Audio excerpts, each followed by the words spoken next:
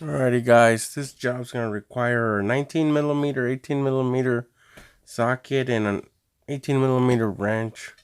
We're doing a 2016 Dodge Caravan rear shocks, guys. It's a straightforward, but it is a bit of a tight spaces here and there. So here I'm going to show you what I was going to attempt. It's just, two bolts and nuts. So my first try was gonna try to get it here, but my lift, since it's drive on, I couldn't get quite a good angle on it. And right there I'm like, well, let me try this. Didn't work. I ended up going the other way. Always look for the angles, guys. That's the key thing. But you get your lower bolt out, and then you get your upper bolt. But it is tricky, but you could get the wrench in there, the box inside, and then you should be able to just take her out, man. 19 and 18 millimeter. I couldn't hold the camera there when I was impacting that one out, but it comes straight out. You could even use a 1/2 inch, ratchet in there.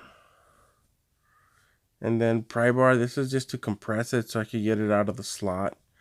Then when you go back in, I recommend you compress the shock first and then get the lower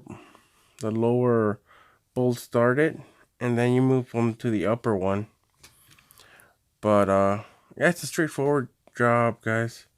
So you get your lower one, then you get your upper one. Just get the bolts in there and then worry about getting them tightened. And this one was about torque. Alright, and then on the other side, this was the right rear side.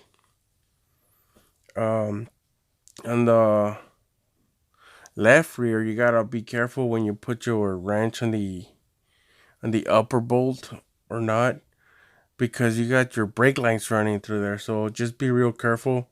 But this is the method I use for this 2016 Dodge Caravan. It worked. But yeah, I'm pretty sure. Yeah, here I show you. See, those are the brake lines that run behind that bolt right there. So just be very careful when you get your wrench in there and try not to, damage that.